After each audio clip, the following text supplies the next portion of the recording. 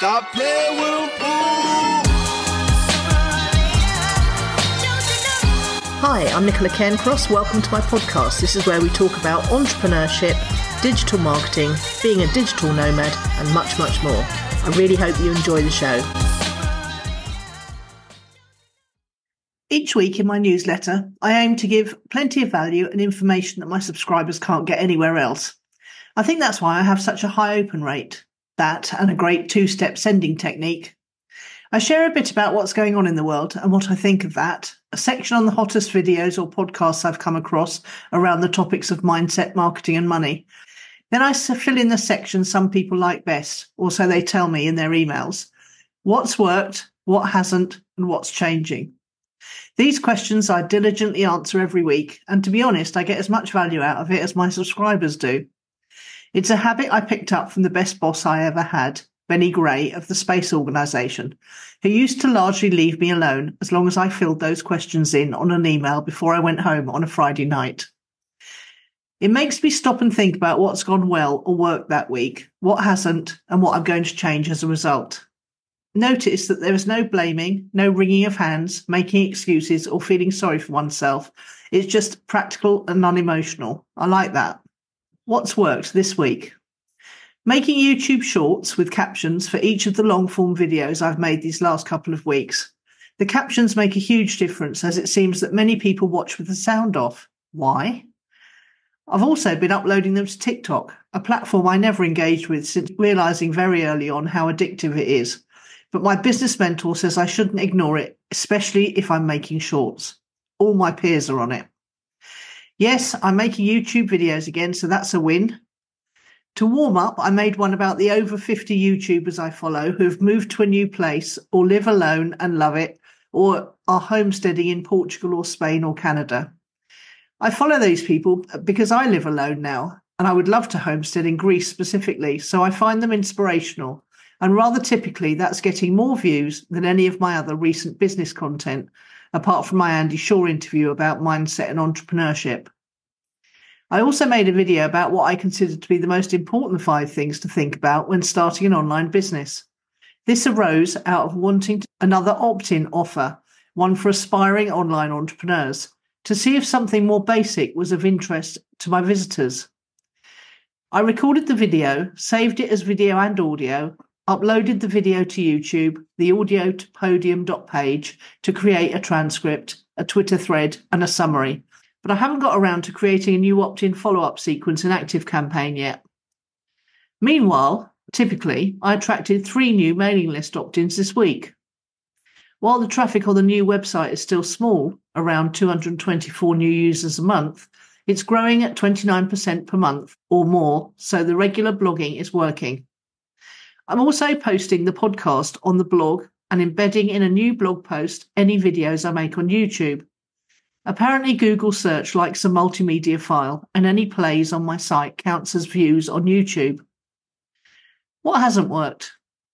All this focusing on YouTube again, although very enjoyable, editing is quite time-consuming, has slowed down my written blogging somewhat. So when I came to record my podcast this week, I didn't have enough content to record to voice and podcast.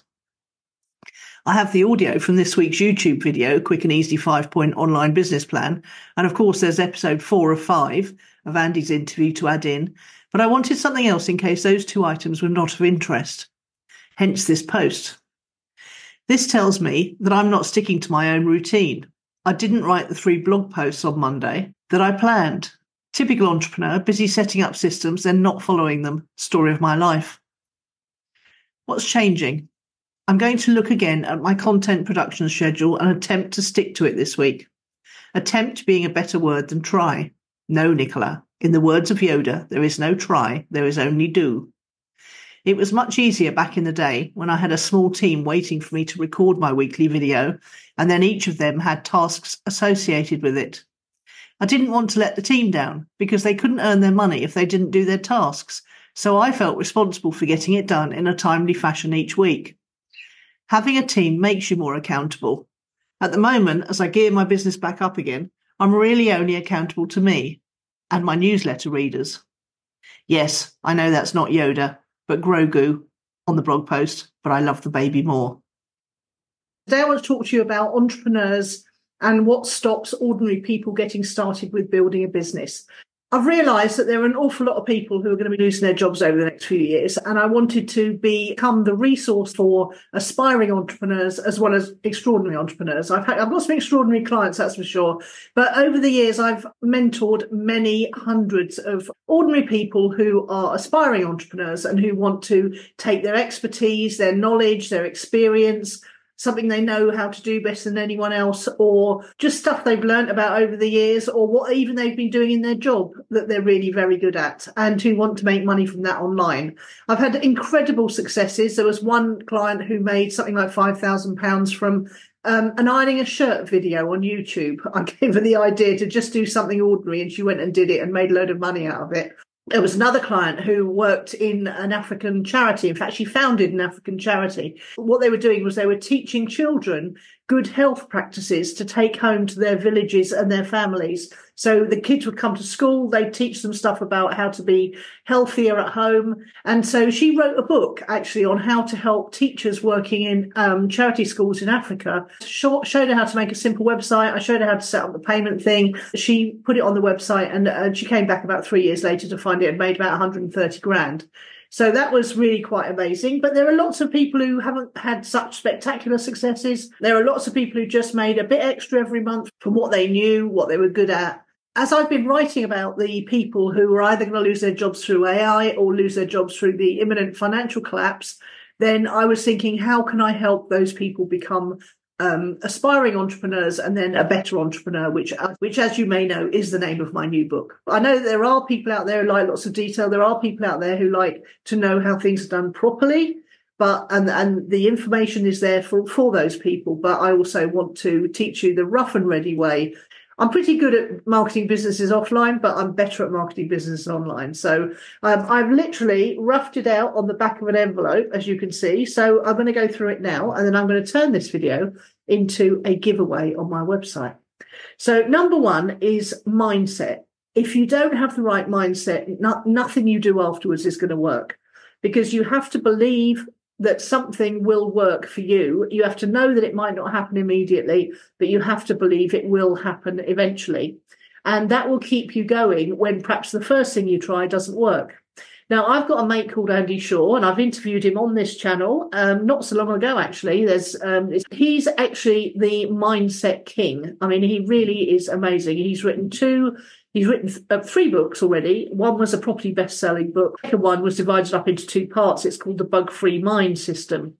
And the first book is all about how to create a bug-free mind, i.e. get the bugs out of your mind that you've already got. And one is how to use a bug-free mind. So do check out those interviews with him, and then go and check out the books on Amazon. They're absolutely amazing. They changed my life. And I'm not joking. When I got rid of absolutely everything to go to Greece, they were the only 2 books I took with me. It'll get your mindset straight, and when you go through the down times, as we all do, it'll help you look up the correct chapter and just read that one chapter, and you'll be able to crack on with what you're supposed to be doing. The second thing you need is an audience, or a hungry crowd, as it's sometimes known, or your ideal customer, as I sometimes call it, because a lot of people don't know who that should be, and they try and market to everybody, and you can't market to everybody. You have to market to one person. You've probably got some idea of what you're going to sell or what product or service you're going to offer. And if you don't have any idea at all, there is a video down below somewhere that says, how to start a business with $0. I think that's the title of it. Knowing what you're going to offer is a great thing, but you have to know who you're going to offer it to, because that will help you get in front of large numbers of them. Hungry crowd, remember? And if you don't know what you're going to offer, then it's a good idea to come at it from the other point of view and think, where is there a large hungry crowd who isn't having their needs satisfied right now? And what can I do to help them? That's a great way to think about it. So the first thing is mindset. The second thing is an audience, or a group of ideal customers, or a large hungry crowd. And then the third thing is you need something to offer people. Now, don't worry, I'm going to give you my list of resources at the end. So I've got something for every one of these 5 steps to recommend to you, and most of them are free. So stick around for that. when it comes down to a product or a service, if it's a product that you're actually making, so for example, it's an artwork or a sculpture or a piece of jewelry or whatever, you haven't got an awful lot of wiggle room, except you can make different versions of those things to order. And that's obviously reassuringly a little bit more expensive than the thing you were selling initially. So if you've got a sort of real clear-cut product, good for you. It will stop you prevaricating. It will stop you prevaricating and second guessing yourself about what you should sell. So if you're lucky enough to have something clear cut, that's great. If you don't, then you're going to have to decide what service you're going to offer. Now, what I would do is I would think of it in 3 levels. I would think of what can I offer for free in return for someone's name and email, or in return for building a relationship with them online. What can I offer at a low price, and what can I offer at a higher price? So that the people who buy your low price thing, the next thing you offer them should be something that is complementary to and builds on what they've got from the first item that you've sold them. And by the way, you won't be doing any selling. You'll be attraction marketing. We don't do selling around here, because I don't actually believe you can sell things to people who don't want them. I think you need to find people who want something or a solution to a problem and then offer them something. And if it's right, they'll buy it. And if it's not, no amount of persuasion techniques will make them buy it if they don't want it. So that's a relief, isn't it? Well, what should you offer for free? Well, the question is, I don't know, but there's probably about 10 ideas I could give you if you want to book in to have a quick chat with me. Hit the link down there and you'll find a link to my website and you can come and book yourself in to talk to me. What should you offer at a low price? Well, there's a number of things. You could offer, you could write a book. If you've already got a book, that's great. You could sell that to people. What I found when I wrote my last book about food, yes, I've written a book about food, not about business or money or internet marketing. The Foodie's Guide to the Marnie, which is one of my favourite places in the world. I put it on Amazon, so it's available on Amazon on Kindle, and it's also available on Amazon as paperback. But what I didn't realise was that if you don't have a Kindle, which my daughter doesn't, nobody can read it. So if you put the digital version on your website, then you sell a decent number of those, because there'll always be people who don't want to use Kindle and don't want to buy a paperback but want something digital. So that's a nice little product, isn't it? The other thing you can do is you could offer a recording of something, so that basically it's something of value. For example, I've got, oh, no, I won't tell you that yet because that's in my resources. But if you could screen record yourself doing something that solves a problem that your ideal customer has, then you can then either give one of those away as a free gift, or you can actually then sell it as a low priced item. And I would always rather lots of people buying lower priced items, because it means you're less vulnerable to changes in the economics. Video coming on that shortly. Somebody's opted in, or they've friended you or followed you on social media. They've experienced your free gift. They've perhaps bought your low price product. What can you offer them next? And as I say, it should be something that builds on and complements what they've already experienced with you. So it could be something along the lines of a coaching session, a consultancy session. You can set that up very easily through Calendly and actually set it up to take the payment at the same time as someone books. Or it could be something like a set of videos you recorded. Perhaps you do it live with a bunch of people first and they pay you a lower amount so you can get testimonials, and then you set it up as a product. I've absolutely got loads and loads of ideas about online products and things like that. You can set up a membership site. You can set up a podcast where people subscribe via your Patreon just because they love you. And there's lots and lots of ways of creating products online. So do talk to me, and I've got a great resource at the end for that. So mindset's good. You've found your ideal customers, or at least the first group of them you're going to aim at. You've got your free gifts and your products. What's the next thing you need to know? Your next thing is eyeballs on your offer. You need to get eyeballs on your offer, which used to be called traffic to your website. But while you want to get traffic to your website, if you don't have a website, don't panic. I'm going to give you a great resource for that in a minute as well. You can make sales directly online. So you just need to be aware of that that's possible. And then you can figure out if that's how you want to go. And then you can actually go and set it all up. But you'll need to do something to attract attention. Now, whether that's make videos on YouTube, whether that's turn the videos into a podcast, whether it's blogging. I've been doing a lot of blogging recently because I was on YouTube every day for a couple of years. And then I burnt out a little bit, so I'm going to try something new with YouTube. And I've been blogging and writing and then reading it out loud and turning it into a podcast. And that's been just great. And you can now put podcasts on YouTube. So my podcast, which is called A Better Entrepreneur, is now on my channel underneath here.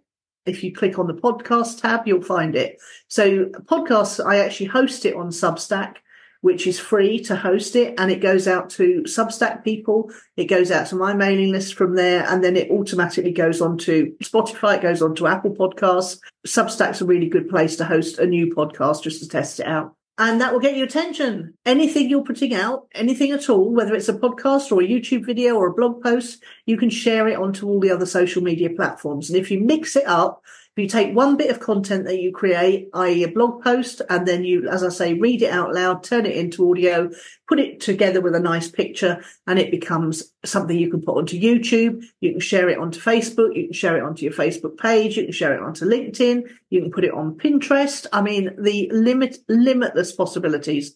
And now I'm using something called Social Bee, which basically you put in the RSS feeds of all your things. So the RSS feed of my YouTube playlists, the RSS feed of my podcast, the RSS feed of my blog, and it will go and it will bring all that stuff into Social Bee. And if I set it up so it fires something out in the morning, something around lunchtime, something in the late afternoon, and something in the evening, and then it does it at weekends too.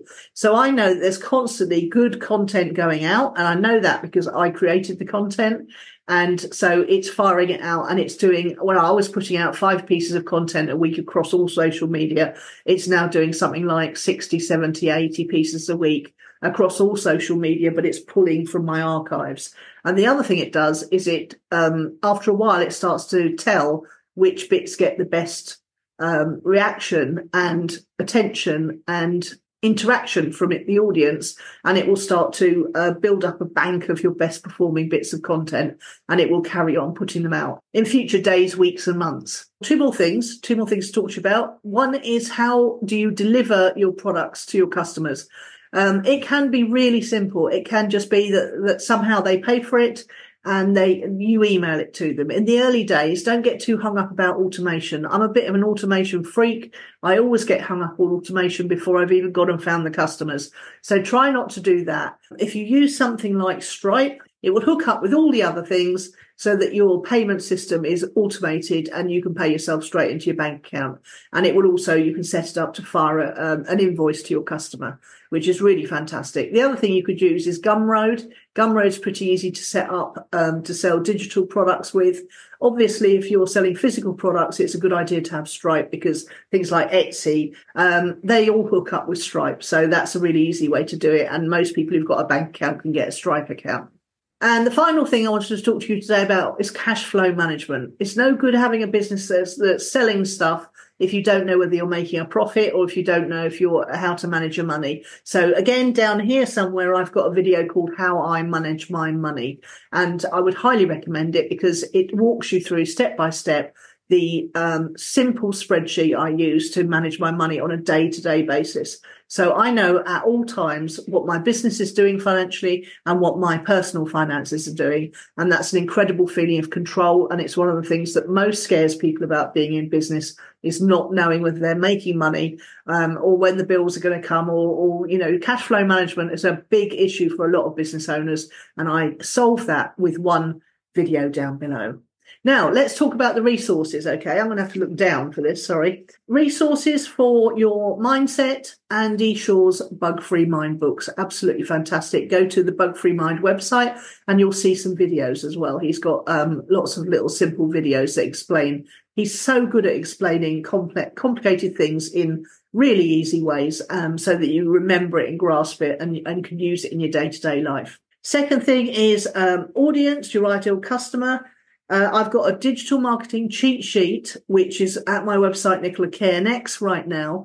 And it basically just, you go to the website, you'll see it. And what it does is it gives you 3 prompts to put into ChatGPT, and it will help you find your ideal customer. And then you can tell it to act as your ideal customer, and you can ask it questions. So if you're not sure what, lead magnet you should be creating, what free gift you should be giving away, what low cost product you could be creating. You can actually talk to your ideal customer via GPT and ask them. And I show you how to do that in my digital marketing cheat sheet. So do come over to Nicola Cairncross and download that. Second thing, if you haven't got a product or a service, and you haven't got anything to sell physically, but you want to create a digital product, I've got a nice little training course which is called Profitable Courses, how to make a profitable course. And I did it's a recording of a paid tuition. I was paid to give this tuition to a bunch of about 25, 30 business people. And everyone who's watched it says they found it very helpful in how to make a profitable course. Don't just create a course that you don't know if anyone's going to want it or not. I'll tell you in my course how to find a market and find out what they want first before you create the course. Getting eyeballs on your offer. I've got a very comprehensive book about the whole thing of building relationships online. And the second part is about how to create what I call being everywhere online system, where you do what I've suggested earlier, which is create a piece of content and leverage it everywhere online. If you come over to Nicola Cairncross, you can either find the link to buy it online, or you can email me from there and ask for a digital copy. Say you saw me on YouTube and I said that you could have a free copy, and I'll email it straight back to you. Delivery and taking payment. So basically the resources on that I've already given you. It's Stripe or Gumroad for one-off purchases. If you want to run a membership or a recurring income project, then I would say think about using Patreon or Substack. The problem with both of those is I think they take a percentage of your income. And with Stripe, if you get really familiar with using Stripe, you can set up installments on that. So you can set up a set of 12 installments, say, if you want people to pay over a year, or you can set up a recurring membership payment through Stripe. So that's pretty handy, isn't it? Number 5, the cash flow management. As I say, there's a video underneath how I manage my money. I've also got a book called The Money Gym, which is still very relevant. There's nothing out of date in there at all. And there's another book I'd like to recommend to you called Profit First by Michael Michalowicz. And if you look for Profit First, it's a genius book on how to manage your money if you're a small business, and how to put the profit, how to make sure you get profit first, and how to make sure that you as the business owner gets paid first, without jeopardizing the rest of the business. And because most business owners do it the other way around, they get the money in, they spend what they think they need to spend, and then they don't have any profit left at the end for themselves. This way round, you get the money in, you determine how much profit you've made, and you put a portion of that aside for things like overheads and future expenses, and then you get to keep the profit at the bottom. So it's a fairly radical way of looking at things, and it made a huge difference to my life too. I think that's it. I hope that helps. And after editing, I'm going to be able to use this as one of my free products at my website.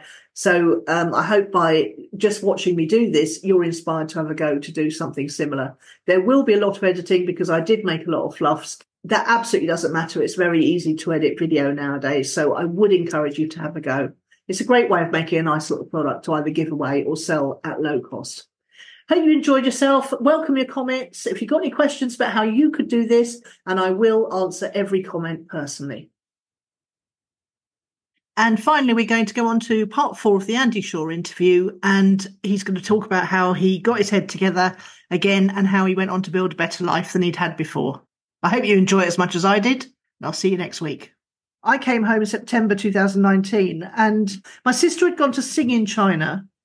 This was another thing. She'd gone to sing in China in November, and she'd come back with a horrendous hacking cough. And I got something a little bit like flu, but it didn't last a couple of days. And so when this news started coming out of China, I immediately thought of what Heather had had. And she'd been actually quite ill with it, and so had her partner. And I thought, oh, God, what if it's worse than it seems? And then suddenly I got completely panicked by these videos I was seeing coming out of China. And I've read a lot of dystopian sci-fi, so I really did overreact quite badly, to the point where I had cupboards full of groceries. But you were off somewhere having fun in the Florida Keys, weren't you, when all this happened? Yeah, I did a little event in somewhere in Florida, and then we went down. I was with my son, did a couple of theme parks, I think it was, and then we did a tour down the Florida Keys, and we did the Marcus cruise. So we had I don't know, 4 or 5 weeks away, I think it was, something like that. It was great. And then well, I mean, I was obviously communicating what was happening with you guys, and so tell it from your side what happened. We're into the 2020 now. We came back, and it was I'd come to the conclusion that I was only prepared to do a couple of events a year and just speak to a small group of people, 20, 30 people, a couple of times a year. And, I didn't need to do anything else because, obviously we've made a fair bit of money out of assets and things like that. And so I didn't have the, it's, I think this is a key thing for entrepreneurs to actually understand, what's your number, right? And everyone goes, 10 million, 50 million, 100 million, that sort of thing. My number is enough. Yeah. My number's enough, right? And when you learn what enough is and you can generate enough, a couple of weekends a year, that's plenty, right? And so I had nothing to prove anymore. I could go into loads of stories about what went on. We're talking both income and assets there, aren't we? So people have got an enough figure for their family for the rest of their life, and then you've got an income figure to maintain your lifestyle. Yeah, exactly. Yeah. Well, yeah. Otherwise, I'd have to pay for my first class flights around the world. It's far easier to go and speak a couple of times and get paid for it, or do a bit of consultancy. But anyway, so we were over there, and I'd heard bits and pieces about this thing and China virus and this sort of thing. What is it pronounced? China. Anyway, and we came back, and so anyway, the first rough back of the fag packet figures came out, and being quite good at maths and analytics, as you know, with all the stuff I've done, I took a look at the figures and I went, well, this is I said, it's a little bit scarier than the common flu. I said, but it might not be. It might only be as normal as the common flu. And that was it. And of course, I put this online, and the abuse I was getting was just unreal, unreal, because I had quite a few followers. And it was non-stop abuse, and I just said, well, look, I'm just saying that the stats they've released show this thing isn't that scary, right? Well, and that was it. Were we locked down at that point? No, this was before February, I think it was. I suddenly realised something was going on psychologically to people. I couldn't understand what was going on, because it was, I've looked into the old conspiracies and things, moon landings and 9/11 and that sort of thing, but I'm not really a JFK, and not really, it's like you stay away from the David Ickes of the world, because, they're really out there, aren't they? And I hadn't really looked at the woo world that much at all. But, I looked at the maths, and I also trust my intuition, which obviously is one of the key aspects of what we do. It smelt wrong to me. And obviously when they were talking about locking the country down, I went, this is the craziest thing I think I've ever seen. This is ridiculous, absolutely ridiculous. This is for nothing. This is no more deadly than the common flu. And this is just craziness, something going on here. Didn't know what it was. I remember we got on a Zoom call with a couple of other people. And at that point you laid out, because all I could think, I'd done the fastest about turn in history, because while my cupboards were full of potatoes and onions, you had basically turned my head around again into, this is fine. This is not going to be anything at all. And I just want to say at this point that you had opened my mind a tiny, tiny chink to weirdness that had gone on in a previous election. And I totally dismissed what you were saying then, because I just thought, well, first of all, I didn't understand it, to be honest. I didn't understand what you were saying. And I didn't understand how something could have happened, like what you were saying. But you were aware of anomalies in things that had happened before up to this point. So you were sort of more awake, as we call it now. Yeah, I suppose so. But it was, right, okay, when they said we're thinking about locking, I said they're not going to lock us down. That's stupid. That is financially devastating. You laid out a series of consequences, didn't you, that were going to happen? This is one of the articles I wrote on the site once was about the problem with ill thought through action. right? Most people don't think through their actions, and so they end up in a completely different place than they thought they were going to end up, and they don't see the hidden consequences of what they're doing. And my problem, I would say now, is I think through to a degree of going, that's where this is going to fall flat, or that's when I'm going to have to do something I don't want to do. Therefore, I'm not going to even start this. So now I can go down those roads. I can go straight through the future of things, and I can find all the bad bits, and I can find all the good bits, and then I can weigh things up a lot better. Most people can't do that because they're just thinking, oh well, this will do to get me out of my job, or this will do to to get the business started, and then I'll figure the next bit out as I go along. Well, yeah, that's great, but it often takes you in completely the wrong direction. I was getting fed up with the fact that nobody could see the bleeding obvious. So my wife said, "Well, what are you going to do about it then?" And I said, I'll do a webcast. I'm going to do a webcast because it's only about 3 or 4 months before everyone wakes up. I'll do a webcast and I'll just tell them I'll predict what's going to happen. And then I can. Because you must have been getting a lot of people from your mailing list contacting you, asking you what was going on. Yeah, absolutely. But I thought I'll do this webcast and I'll just, I'll lay out for people from a rational thinking perspective of where things are, what the choices were, what things were. And I didn't talk about the probability scale then, but where things are, and how to handle living in the world of the unknown. Because we were in a world of an unknown, and everyone was frankly losing their shit, weren't they? They were a mess, and so I thought, right, okay, how do I? And here's my problem: how do I convince myself to regularly get to a certain point at the same time every week to be on a webcast? Yeah, you hadn't done anything like that for a while, had you? That's like torture to me. That is, anyone who knows, it's like the only thing I'm interested in is freedom. That's it. That's it. Nothing else. And so I thought, right, okay, if I can talk two good friends into being on the webcast with me, I can probably handle doing it, right? And so I talked to you and Paul into doing the webcast with me, and we started that. I think it was because I knew that regular contact with you would help me keep sane, because things were getting more and more insane. And worse than that, my whole family was splitting in two directions. Yeah. Essentially, there was two of us who my sister had found, because she had a thyroid problem. She'd spent quite a lot of time researching health and how to fix her thyroid naturally, and she had become aware of certain anomalies in the pharma system, and so she was unsurprised by all of this. And as things got madder and madder, she was the only person really, apart from you guys, I had to talk to. So it was an easy thing for me to say, yes, I'll come, I'll be on your webinar, because I want to know what's going on. I don't want to be sideswiped like I was in 2010. That was my whole motivation. Well, we had, what was it? That was over 4 years ago now. We've done those webcasts every week for the last 4 years. Unbelievable. Week, yeah. I never thought I'd be able to stick to something like that. It's far too regimented for me.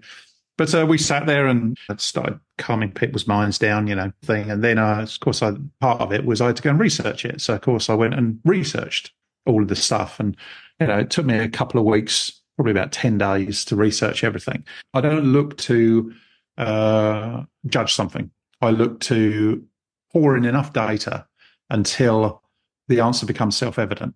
Yeah. So there's no, I'm not looking to judge something. And when I judge something, I'm also open to it being changed completely. And so I'm not attached to the outcome. Yeah. I'm not attached to the outcome, and I don't do black and white thinking. I work to avoid any, I catch myself all the time. So it's irrational thinking is all about staying nimble and collating data and seeing what emerges. And of course, everything I talk about, how to access your subconscious mind and everything like that. So, of course, you can get into true source information very, very quickly if you know what you're looking for. And so, hang on, slow down. So you're saying that if you, because we all know now that certain search engines are heavily censored, and so, but alternative ways of going and finding information by. Well, yeah, but there's. But it's also it doesn't matter what they say, it's what you write, questions you're looking to get to the bottom of and things like that. So the more you word a question differently, often you can get a completely different set of answers asking the same question. And so they were censoring everything that a normal person would write, but I was able to go straight through the censors because I was manifesting all the time, all these different people straight into my life. So anyway, we started the website. Tell us how that works, because that's a real skill you've got there. Is if you want to know about something and who the genius, the expert is, the real expert, as opposed to the people who set themselves up as experts. Well, to give you a clue, this is okay. I did it. I've done it. My whole life, but there was a particular time that's quite impressive, which I did. It's actually probably the only thing that ever impressed my wife and family.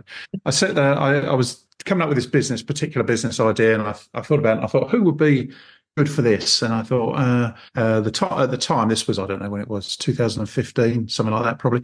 And I thought, Barack Obama, he'd be quite, he'd be able to promote this quite well. Yeah, maybe I should manifest Barack Obama into my life to do this. I didn't manifest Barack Obama, but his sister called me 2 weeks later, right? And it's like, that's how powerful your mind is. And when you learn how to use it, the problem is you have to start from a quiet mind. You have to have a bug-free mind to start with to really be able to do it on purpose. You can do it by accident. We do it by accident. Everybody does it by accident. Because your own mind chatter stops you, doesn't it? It stops you in your tracks. It puts up barricades. Well, how is that possible? How are you going to do that? How are you going to solve this problem? Right, and everyone's always talking about the how you're going to do it. Well, they don't understand that, effectively in the spiritual realm, we're all connected. We're all one. So therefore, all I had to do was throw out the intent and see what, it's like putting a line in the water and wait until the fish, I catch the fish. It wasn't something that would suit Barack. It was to do with education. And his sister is she was either the head or somewhere high up in the education department of Hawaii. That's it, Hawaii. So she contacted me about going and talking to the education boards over in Hawaii. And I decided not to do it in the end because I changed my mind on the whole subject. But the point is you can direct your mind to get whatever you want in life. And I know this sounds crazy, but you really can. I definitely have had that ability all my life, because whenever I made up my mind I wanted to do something, it always happened. The problem you've got is you allow doubt in. Yeah, no. You didn't allow doubt in when you conceived the idea. You allowed doubt in later.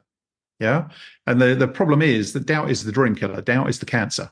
And so you doubt if you're good enough. I mean, I remember when I was writing my book, my first mindset book, and I watched Dr. Wayne Dwyer speak on the Ellen show for 6 minutes, and it was pure poetry. Absolute pure poetry. And I listened to him speak, and I just, one of the things I had with my previous, one of the goals I wanted is I like seeing success in the people I'm teaching. Yeah. And my dad being a teacher, he taught me how to teach things in a way that people could actually do things. And so anyway, I listened to Dr. Wayne Dyer, and it was poetry. And I sat there and I thought to myself, how the hell can I even hope to write a book that holds a candle to this person who could do this? And at the time I'd read, I think it was Robert Kiyosaki had said something like less than 1% of people take action and get anything from their personal development books. And of course, my first book had documented, I think it was 13 or 12.5% of people had gone and used it and made a lot of money.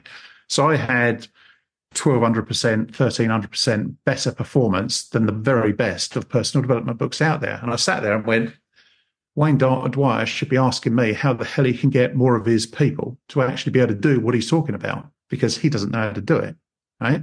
And instantly, I turned it around in my mind. All of a sudden, he was the expert on this subject inside out, but he couldn't teach it to people. I could teach it to people. So I was the expert then. He was the amateur. Do you see what I mean? Yes. So it's how you perceive things is essential. Yeah, it is.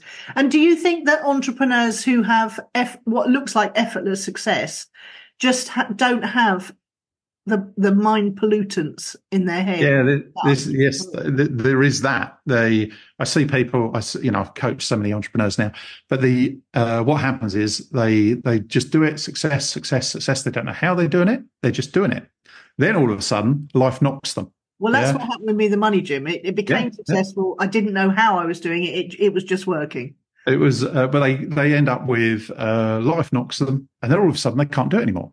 Right? It's gone. The magic's gone, and they don't know what it is. And I had a friend who was captain of. He wasn't a friend at the first time I met him, but he read my first book, and I was at an event, and we were chatting in the bar, and I didn't know he was captain of Harlequins rugby, I think it was. He said he asked me these questions because he'd had a psychological problem in sports, and I didn't know any of this at the time. He said, "How would you solve this problem?" I went, "Oh, you do this, blah blah blah," and he went, "How did you know that?"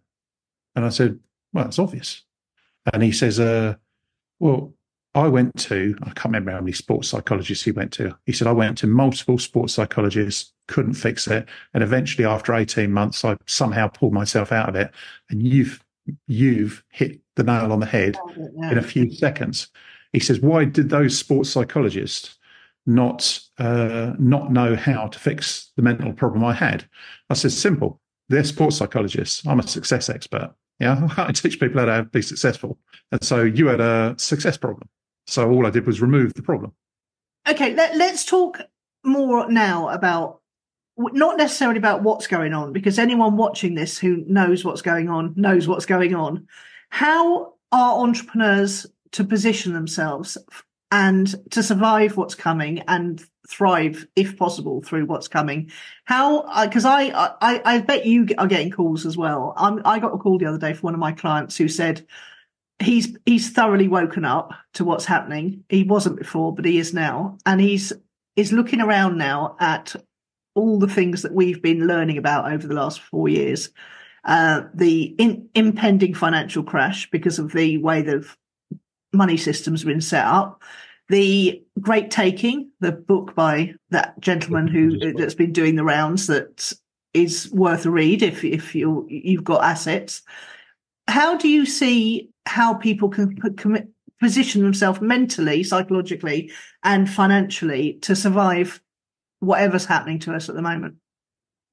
I don't have ongoing businesses anymore. I stopped being in business several years ago, and I was considering new businesses when this hit. So I fortunately realised that I'm not going to need to do any of that. So what I've spent my last few years doing is repositioning my assets into things that will excel going forward. Discovered that there are wealth cycles, and absolutely, and different assets go in different cycles. Yeah, entrepreneurs are in a lot of trouble. We're going into what's going to be a real bad, the worst storm that we've ever seen. It's going to be worse than the Great Depression. However, things do thrive in the Great Depression. Things thrived in the Great Depression. Al Capone, as an example. I don't encourage that, but the point is there are businesses that will thrive, and I think we're going back to real stuff. I think we're going back to people producing things. I think farming is going to become exceptionally good, local. We're going to be going hyper localized on so much stuff. If I was thinking about going into business at the moment, I would be scared to death of it because of what I can see is coming. I'm just not. The problem is I'm at a point in my life when I'm not prepared to do stuff. It's difficult for me to look at it from a current entrepreneur and without the exact situation. Because if somebody said to me, right, I'm just about to spend $500,000 on this property, then I want to put 150,000 capital into it, and I go, what's the business? And they tell me the business, and I could tell them whether it's going to succeed or fail. That's easy. Because if they're going into a sector that is really going to struggle with this, it's like, let's say they're going to go into a pub or something, and they're going to become a landlord. A friend asked me recently, what do I advise him about a pub he wants to take on the license of? And I said, avoid it like the plague. I said, can you just carry on, because it's a very high paid job. Very high paid work. He's a tradesman. And I said, if you can avoid that pub for the next few years wanting it, then you're going to have a golden opportunity to pick one up for next to nothing. And it's going to be a wonderful time to be a landlord when they deregulate a lot of the stuff that's going on. But right now, it's a death spiral, in my opinion, going into that sort of business right this second. But you'd have to give me the exact business for me to be able to answer. So what do you foresee being the biggest challenges entrepreneurs are going to face in the next year or two? You've been listening to Nicola Cairncross of nicolacairnext.com. Well, I hope you enjoyed the show today. We've got lots of resources on the website, so do come over to check them out. And by all means, feel free to book yourself into my diary at nicolacairnext.com/diary. I love to talk to entrepreneurs.